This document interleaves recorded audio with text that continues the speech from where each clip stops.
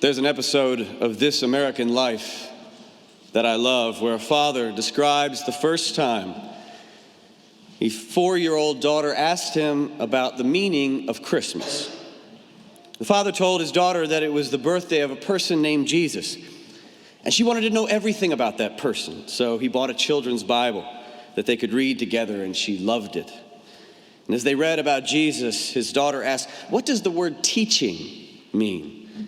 The father said, "Well, it means Jesus had a message for the world, and it was love your neighbor as yourself. Do unto others as you would have them do unto you." One day they drove past a big church with a crucifix out front in the yard. And the 4-year-old said, "Who's that, Daddy?" The father thought, well, I guess I never told her that part of the story.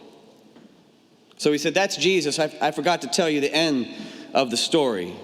The message he had was so troublesome, so radical, that the government decided to kill him."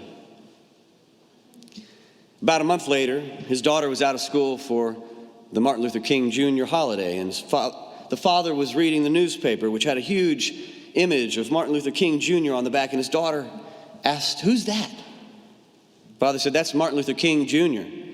He's why you're not in school today. This is the day that we celebrate his birthday." And the daughter asked, "Well, who was he?" The father said, "Well, he was a preacher." Suddenly she said, "For Jesus?"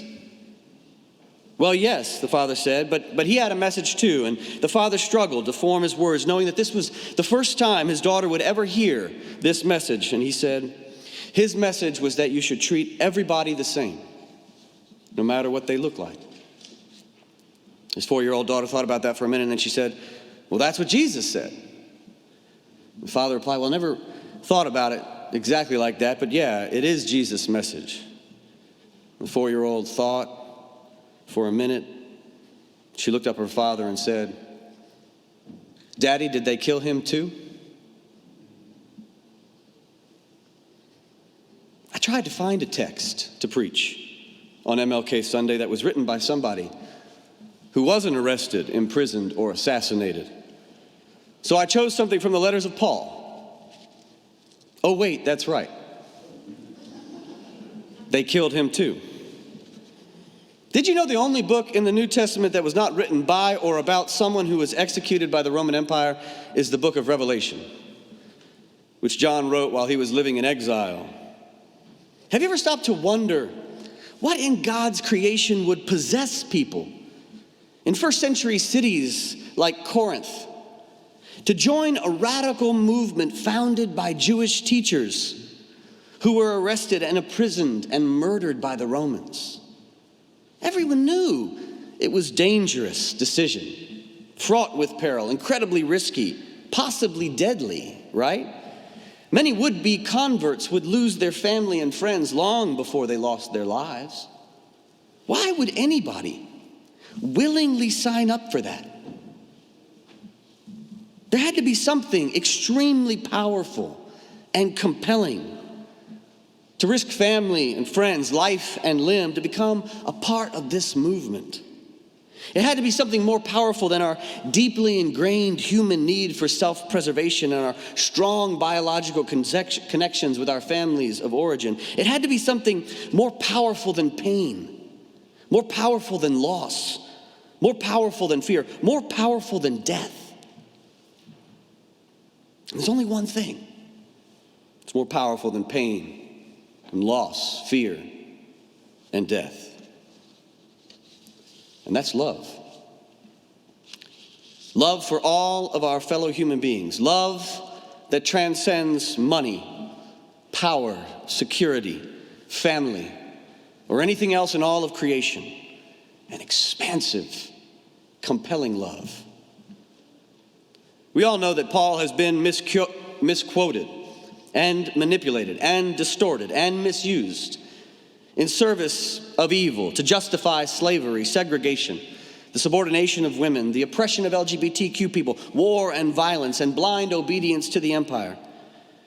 As scholar Neil Elliott claims, Paul's words have been commandeered by the empire and employed as an ideological weapon of death.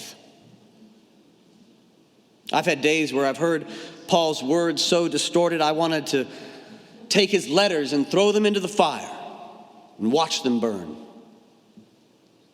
But then I remember Paul was the one who also said, there is neither Jew or Greek, male or female, slave or free. He also said, it was for freedom we have been set free. Where the Spirit of the Lord is, there is freedom. Paul also said that neither death, nor life, nor angels, nor rulers, nor things present, nor things to come, nor powers, nor height, nor depth, nor anything else in all of creation can separate us from love.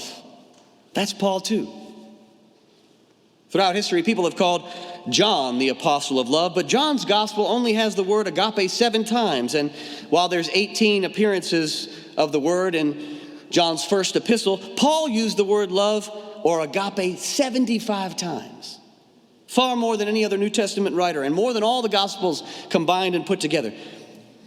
Those who have misused Paul as an ideological weapon of death have not only missed the point of Paul's letters, but are completely out of step with the real apostle of love, whose words about the power of love have appeared in more weddings than anyone who has ever lived on the face of the earth.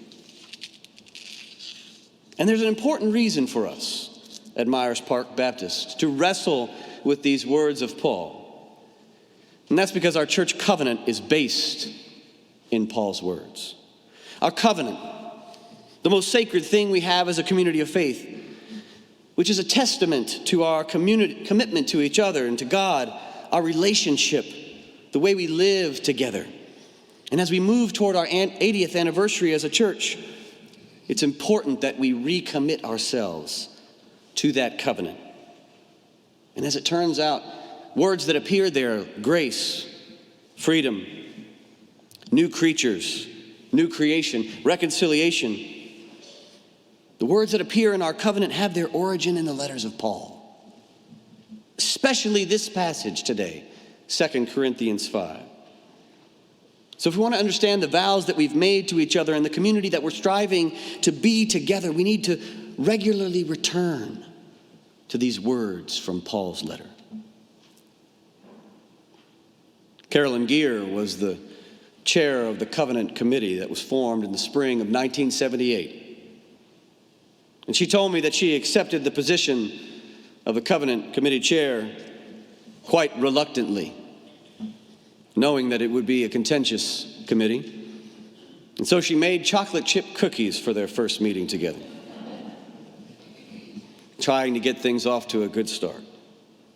The committee met for over a year, spent countless hours debating and arguing over every word.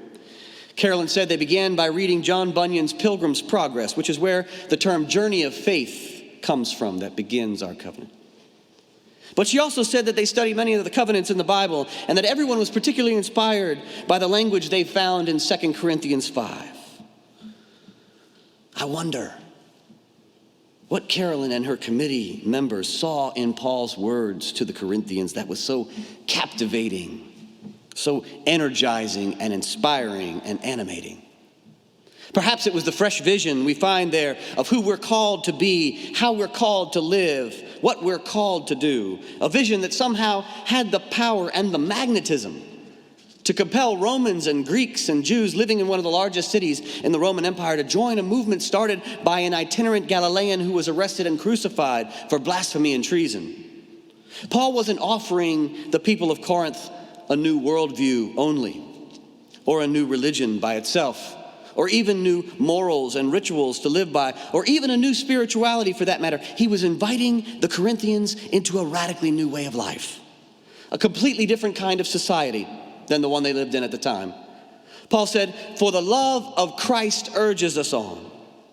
Because Jesus' death and resurrection, we no longer now live for ourselves. From now on, we regard no one from a human point of view. If anyone is in Christ, there is a new creation.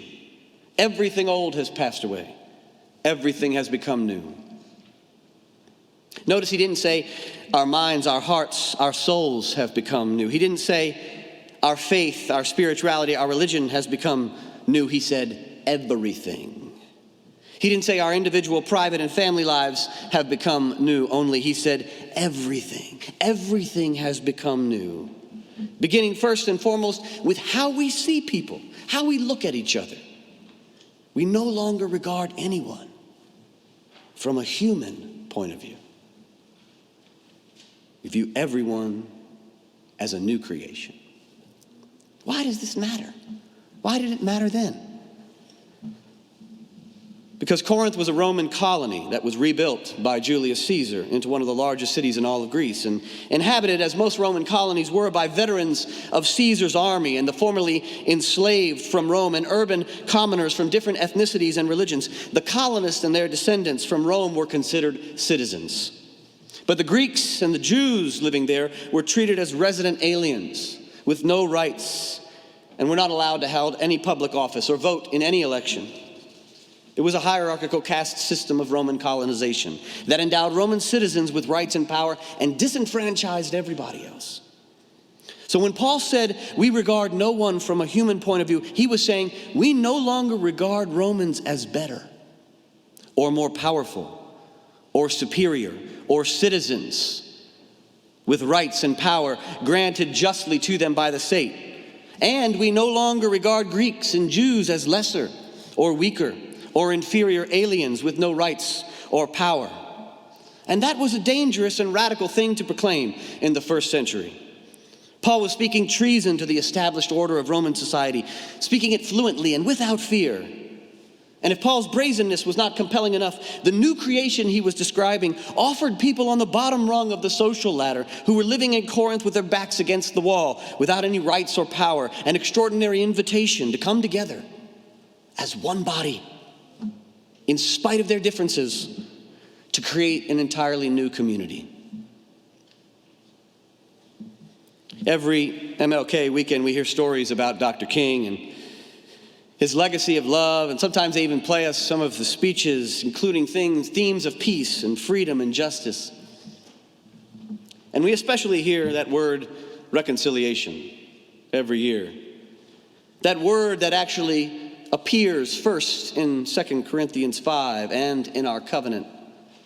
This word this weekend will be casually thrown around by commentators who really have no idea where it comes from or what it really means.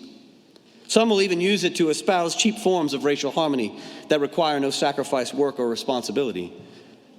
But there's a story about Dr. King you won't hear this weekend from Harry Belafonte's memoir, My Song, that shows what King really meant by reconciliation. It was March 27th, 1968. A week before he was killed in Memphis, and Martin Luther King Jr. had joined Andrew Young and several other confidants and friends for an evening together at the New York City apartment of the singer and civil rights activist Harry Belafonte.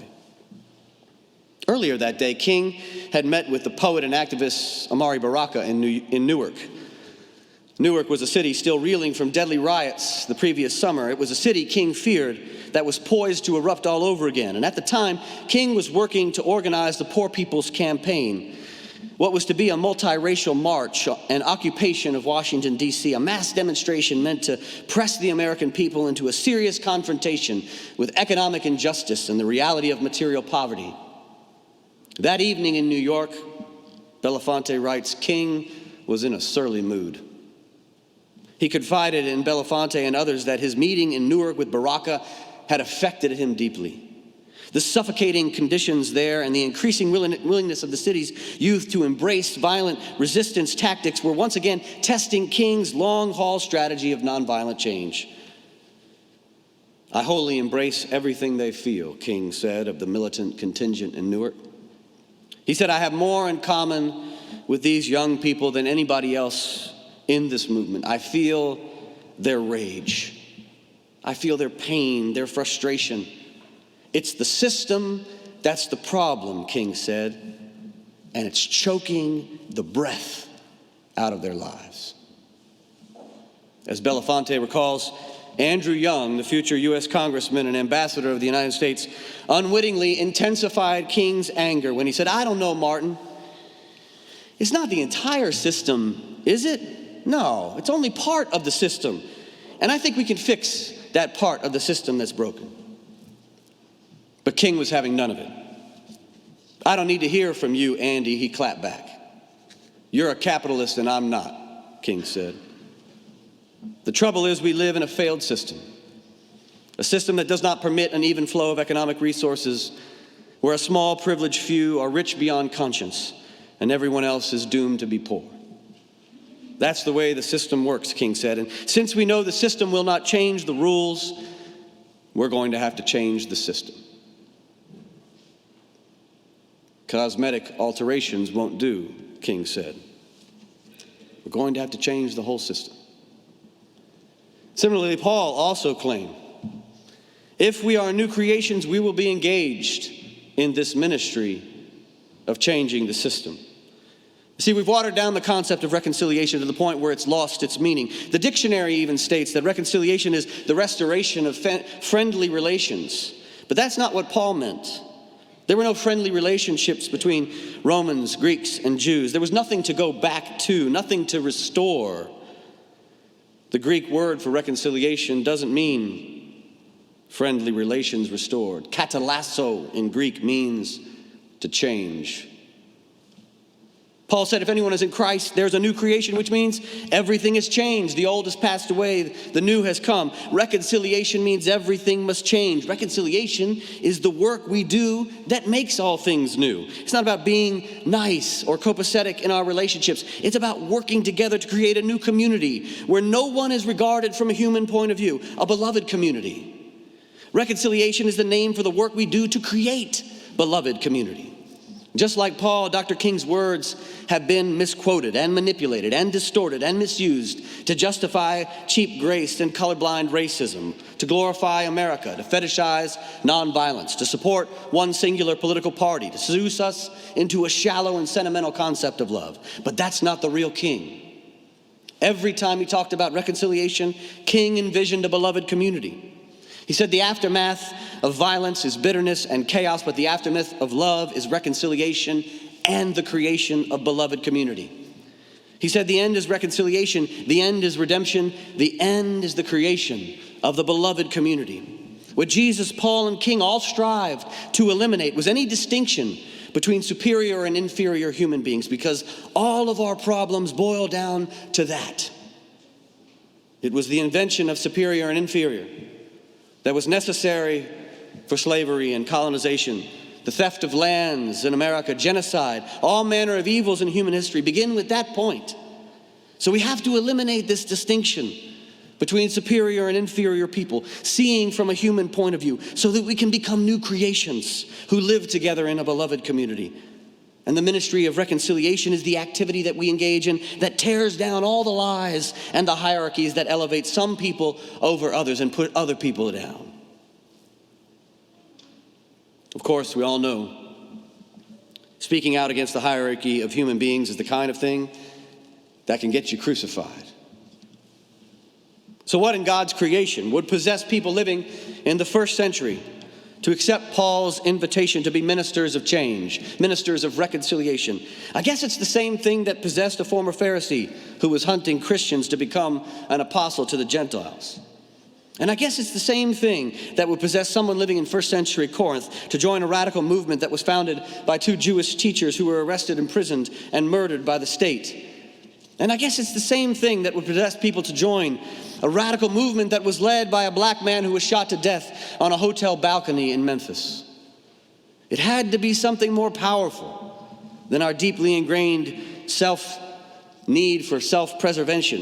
It had to be something more powerful than pain, and more powerful than loss, and more powerful than fear, and more powerful than death. And there's only one thing, isn't there, that's more powerful than all those things, and that is love. Love is what gives us the strength and courage to climb every mountain, to walk through every valley, to face every trial and tribulation, to engage in the ministry of reconciliation for the sake of creating a better world. It all comes from love. People are hurting in our world. Do we love them or not? People are struggling in our world. Do we love them or not? People are suffering and being oppressed in our world. Do we love them or not? People are dying in our world. Do we love them?